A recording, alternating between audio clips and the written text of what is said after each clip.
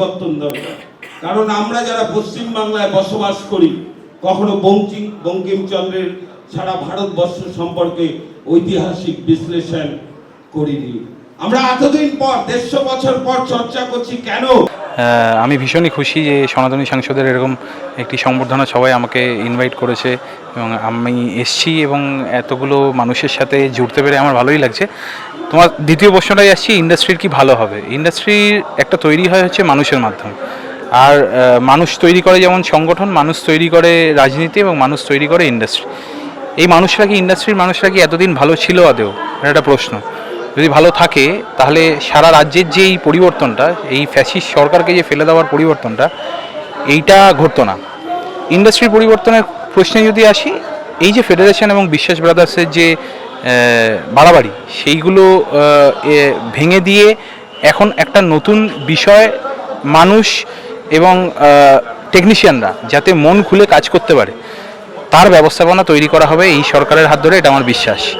এবং দ্বিতীয়ত, আমাদের ইন্ডাস্ট্রির দুটো বড় যে সমস্যা, যে লগ্নি আসে না এবং ডিস্ট্রিবিউশন চেন, মানে আমি একটা প্রোডাক্ট বানাচ্ছি, সিনেমা বানাচ্ছি, সেইটাকে মানুষের কাছে পৌঁছে দেওয়া, মানুষের কাছে বেচা, মানে চ্যানেলে বেচা, বা এই যে ডিস্ট্রিবিউশন চেনটা, সেইটা প্রচণ্ডভাবে ঘেটেছিল এবং পলিটিক্যাল ইন্টারভেনশনে সেটা নষ্ট হয়ে গেছিল। তো আমার মনে হয় যে এই সরকার, আমাদের মাননীয় মুখ্যমন্ত্রী শ্রী শুভেন্দু অধিকারী যে বার্তা দিয়েছেন যে আমাদের ইন্ডাস্ট্রির মধ্যে পলিটিক্স ঢোকার কোনো দরকার নেই, সমস্ত শিল্পীরা, সমস্ত টেকনিশিয়ানরা তারা নিজেদের ইচ্ছে মতো যা শিল্প বানানো দরকার তাই বানাবে এবং শিল্পের মতো চলবে, আর্টিস্টরা আর্টিস্টের মতো কাজ করবে এবং একটা সমবন্টন তৈরি হবে।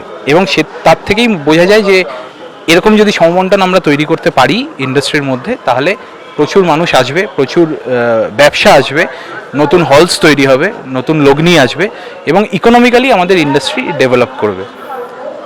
আর বাংলায় পরিবর্তন, তুমি অভিনেতা হিসেবে কতটা? আমি ভীষণই খুশি, কারণ দেখো, অভিনেতা মানুষ, আমি বিশ্বাস করি নেতা আর অভিনেতা মানুষ তৈরি করে।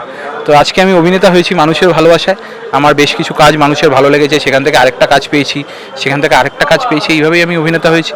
তো এর থেকেই আমার মনে হয় যে সমাজেও একটা অনেক বড় পরিবর্তন আসতে চলেছে এবং আমরাও চেষ্টা করছি, আমরা বন্ধুবান্ধবরা আজকে সবাই আছি, আমরাও দল বেঁধে একটা সংগঠন বানিয়ে মানুষের কাজ করার চেষ্টা করছি।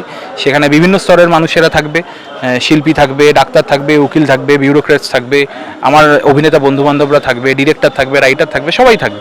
সবাই মিলে আমরা নিউ জেনারেশন হয়ে যাতে মানুষের পাশে যে কোনো সময়, সেটা গভর্নমেন্টের পলিসি হোক, মানুষের পাশে দাঁড়ানো হোক, মানুষের বিপদে ছুটে যাওয়া হোক, সেইটাতে আমরাও এগিয়ে আসবো। কারণ আলটিমেটলি দেখো, পার্লামেন্ট, বিধানসভা, এগুলো হয়তো মানে যারা নেতা হন তারা তো পলিসি মেকার্স, তারা পলিসি তৈরি করে। তো সেই ক্ষেত্রে আমাদের নতুন জেনারেশনের ছেলেপুলেরা যদি পলিসি তৈরি করতে এগিয়ে না আসে, যদি পলিটিক্সে ইনভলভ না হয়, তাহলে কি করে হবে? মানুষের পাশে দাঁড়ানোটাই তো পলিটিক্স আমার মনে হয়।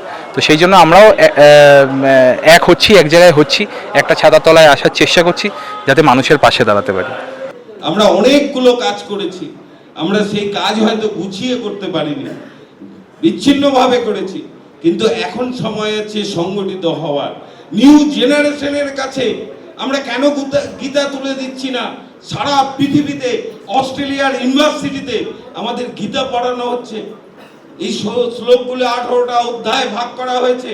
সে যে রাজনৈতিক রঙের হোক না কেন, সনাতনী হিন্দুদের যত মত তত পথ, হিন্দু স্বার্থে একমত, এই আশা নিয়ে আপনারা সকলে যুক্ত থাকবেন।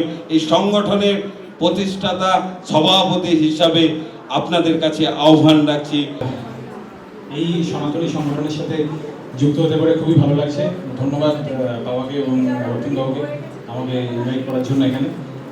আমাদের এখন রামরাজ্যের সূচনা হলো, আশা করি আমরা সবাই একজোট হয়ে এইবার বাংলা তথা টলিউডের জন্য কিছু করতে পারবো। আমার প্রচুর বন্ধু বান্ধব এখানে এসছে, আমরাও একজোট হওয়ার চেষ্টা করছি নতুন জেনারেশন হিসেবে।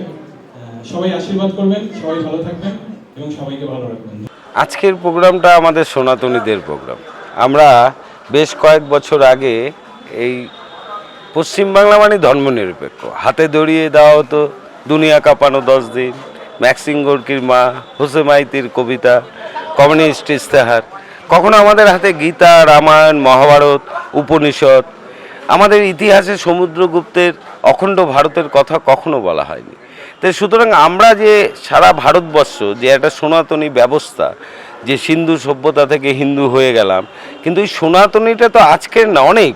কিন্তু পশ্চিমবাংলার বুকে এই ধর্মনিরপেক্ষতার নামে দুর্গাপূজাকে শারদীয় উৎসব করা এবং এই পূজাকে রামের অকাল বোধন, যে বোধন পশ্চিমবাংলা সবার আগে গ্রহণ করলো। আমরা যখন ছোটোবেলায় রামসাম যদুমধু খেলতাম, রামচিন্টি, রামদা, বাংলা ভাষা বাংলার নামের সাথে রাজা রামমোহন রায়, রামকে বাদ দিয়ে আমরা এখানে কিছুই না। কারণ রাম একটা আদর্শ পুরুষ, পুরুষোত্তম, যে একটা আদর্শ শাসন ব্যবস্থা দিয়েছিল, সেই শাসন ব্যবস্থাটাকে ফিরিয়ে আনা দরকার। কিন্তু আমরা দেখলাম যে হিন্দু হোমল্যান্ড, যেটা শ্যামাপ্রসাদ মুখার্জি, বাংলার বাঘ আশুতোষ মুখার্জির সুযোগ্য পুত্র শ্যামাপ্রসাদ মুখার্জি কেড়ে আনলেন হিন্দুদের জন্য হোমল্যান্ড, সেই হোমল্যান্ড এখন থ্রেটের মধ্যে পড়ে গেছে। তার থেকেই অর্গানাইজেশনের সৃষ্টি। তারপরেই আমাদের সনাতনীদের রক্ষা করার জন্য এবং সনাতনীদের একত্রিত করার জন্য, সনাতনীদের ঐক্যবদ্ধ করার জন্যই আমাদের এই সনাতনী সংসদ। এই যে পশ্চিমবাংলা একটা স্বাধীনতা পেয়েছি মনে হচ্ছে, প্রতিটা হিন্দুর মধ্যে, প্রতিটা মানুষের মধ্যে অন্যায়, অত্যাচার, খারিজি মাদ্রাসা, এই যে বিভিন্ন, এবং একটা অংশের মানুষ যাদেরকে দুধেল গাই বলা হয়, তারা এত অত্যাচার করছে, তারা না মানবে সংবিধান, না মানবে আইন। আপনি 5 সার্কাস যান, গুলশন কলোনি যান, আর বাইরে থেকে রোহিঙ্গারা এসে ভরে যাচ্ছে, সরকারি সুবিধা আমাদের ট্যাক্সের টাকা নিয়ে যাচ্ছে। এই সময় দাঁড়িয়ে যারা হিন্দুদের সাথে কাজ করবে তাদের পক্ষে আমরা লড়ব।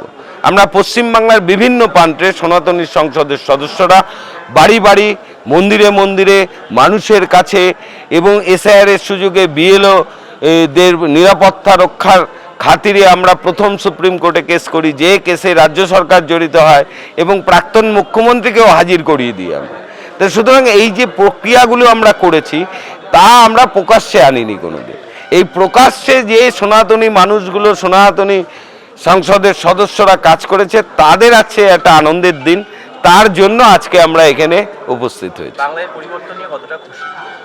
আমরা একটা স্বাধীনতা পেয়েছি, সংসারের ধর্ম পরিবর্তন। আমরা যারা হিন্দু গীতা পড়ি, ভগবান শ্রীকৃষ্ণ বলেই গেছেন পরিবর্তন সংসারের ধর্ম। সেই ধর্মে আমরা, আর সমাজটা ডাইনামিক, গতিশীল। তো সুতরাং আমরা জানি এর পরিবর্তন হবেই, কিন্তু মানুষকে ঐক্যবদ্ধ করা এবং তার নিরাপত্তাকে সুনিশ্চিত করা। যদি ওই দাঙ্গার সময় গোপাল পাঠাও বেরিয়ে যেতে পারে, গোপাল মুখোপাধ্যায়ও বেরোতে পারে, তা আমাদের সনাতনীরা পারবে না কেন? আমাদেরকে প্রতিনিয়ত দুর্বল করে রাখা হয়েছে। আমাদের ভগবানগুলোর হাতে এত অস্ত্র, ত্রিশূল, চক্র, সুদর্শন চক্র, সব কিছু আছে, তারপরে আমরা পেছনে কেন থাকবো? সেই এনার্জেটিকভাবে তৈরি করা এবং মাতৃশক্তিকে আরও জাগ্রত করা, এই কাজগুলো আমরা করেছি।